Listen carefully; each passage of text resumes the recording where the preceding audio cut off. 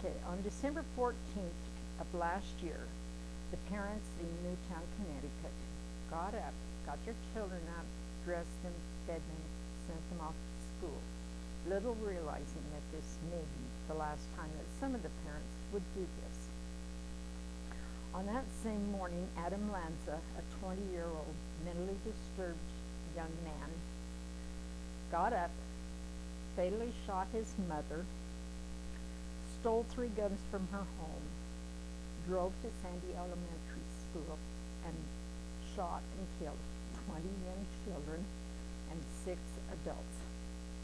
According to Wikipedia, it was the second deadliest single shooter massacre in the United States history. Hi, I'm Anita Shore, and I want to thank all of you for being here tonight and granting me this opportunity to rant about something I feel very strongly about: our rights to own and bear arms. Our Second Amendment says a well-regulated militia being necessary for the security of a free state, the right of the people to bear arms shall not be infringed. Apparently, gun control is a very, very old subject. As I love history, I want to give a brief history of the Revolution, the Constitution, and the Bill of Rights, which will bring us to the Second Amendment. I'll try to stay short on our Second Amendment rights, trying to be taken away from us today. First, I want to explain a few details about our history. In 1773, the colonists left England, came to the colonies to escape the oppression of King George III, only to find that the Stamp Act of 1773, which put a tax on every piece of printed paper, the Townshend Act of 1767, a tax on glass, paint, lead, paper, and tea. And then came the Tea Act. Without any representation, the colonists were facing this. According to ushistory.org, the act was not intended to raise revenue for the American colonists, and the fact imposed no new taxes. It was designed to prop up the East India Company, which was financially burdened and had 18 million pounds of unsold tea. This tea was to be shipped directly to the colonies and sold at a bargain price.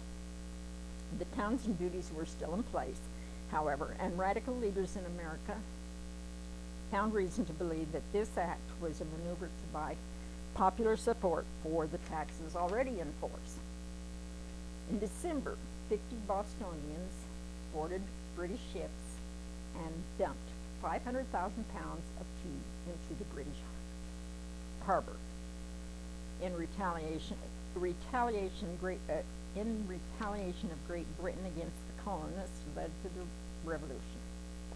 The thing I want us to keep in mind here is, until this event, it was still legal for citizens, colonists, to own arms.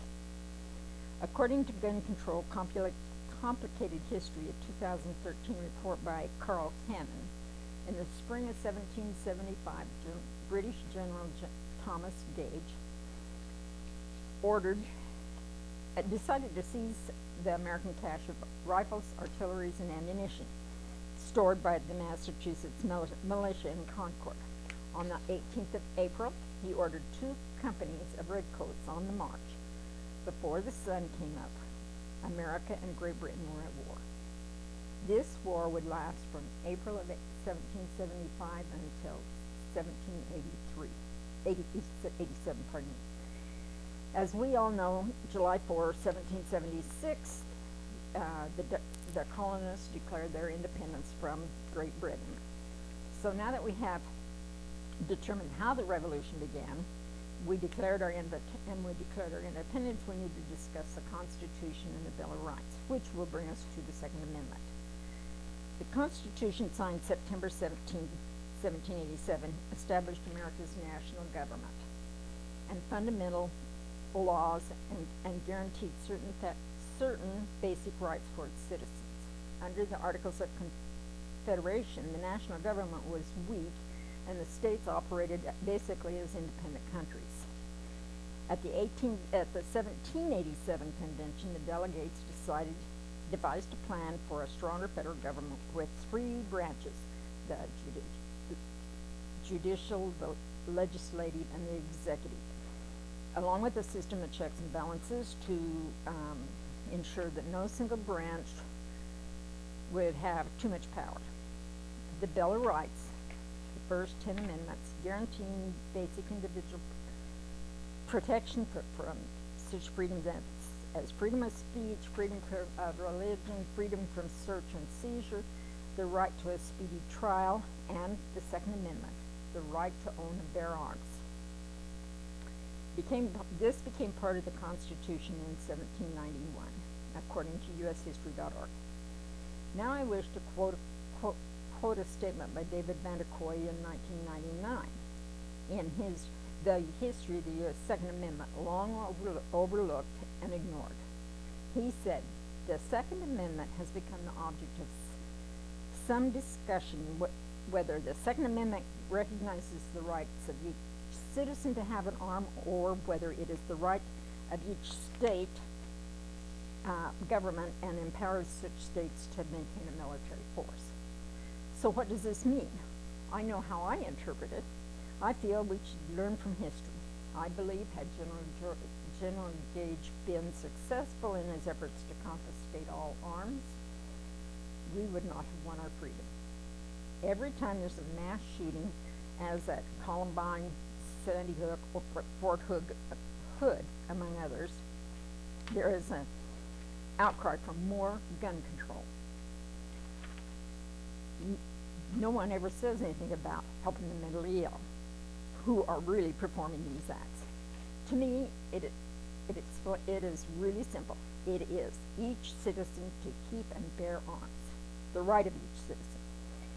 If we can be forced to first report our gun ownership, then it will be easy for the government to come into our businesses or homes and say, "Give me your guns, or we'll arrest you, take you to jail, and we'll take your guns forcefully." Next, I would like to quote a 2013 blog by Michelle Malkin, a syndicated columnist for Fox News. She said, "It is not gun control, but gang control, behavior control, impulse control, and moral guardrails that need to be established in our culture." I couldn't agree more. Now, what can we do? I suggest we all contact our senators, our congressmen, and anyone else in power and say, we want to maintain our rights to own our guns, and we want more done for the mentally ill who are actually committing these crimes. I really wish there was more we could do. So now I've given you a brief history of the American Revolution, the Constitution, the Bill of Rights, and some efforts on gun control. I want to leave you with a quote from former Vice President Dick Cheney, found on the website Brainy Quotes. Cheney said, "It is easy to take liberty for granted when you have never lost it, when it has never been taken from you. Believe me when I say, gun control is the first step towards taking away our liberties." Thank you.